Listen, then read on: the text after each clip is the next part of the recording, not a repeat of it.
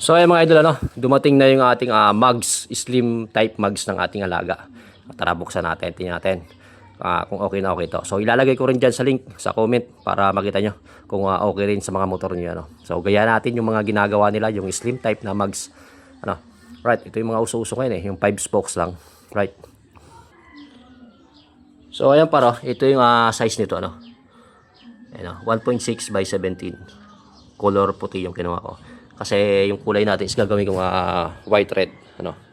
Para tingnan yung ating decals din. And then yung ating bagong oil cooler na medyo mas malaki-laki. Right. So ayan mga idol, kita nyo, napakaangas. Sigurado, poging-pogi yung new breed natin dito ngayon.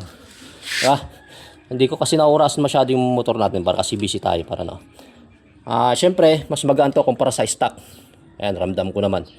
Mas magaan to kumpara sa stock. So, ang ilalagay kong gulong dyan, either para 70-80 or 70-80, 60-80. But normally, siguro paras ko na lang gawin 70-80 para medyo makapal-kapal pa rin ng konti. Para kahit medyo malubak, hindi tayo mapuruan sa mugs. Pero para napakaangas, napakaganda. And then medyo lightin na rin to ng konti. Napakasulit par. Sheesh. Diba? Parang shuriken. Ayan, usong-uso yan ngayon. And then, wait na lang natin yung decals natin na color red and white din.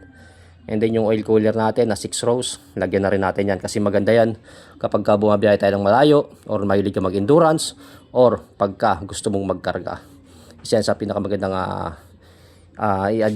i-upgrade mo yung oil cooler mo para hindi masabugan. Iwas overheat. Napakasulit par. Lagay natin sa link. Ito, na-order ko to sa halagang 3,100. Ayan. Ayan. So, siguro makakabit ko itong nasa ulian. Kasi itong sa unahan, bibili pa ako ng disc brake nito. Yung 4 holes. Kasi 4 lang yung 4 holes yung disc brake nito.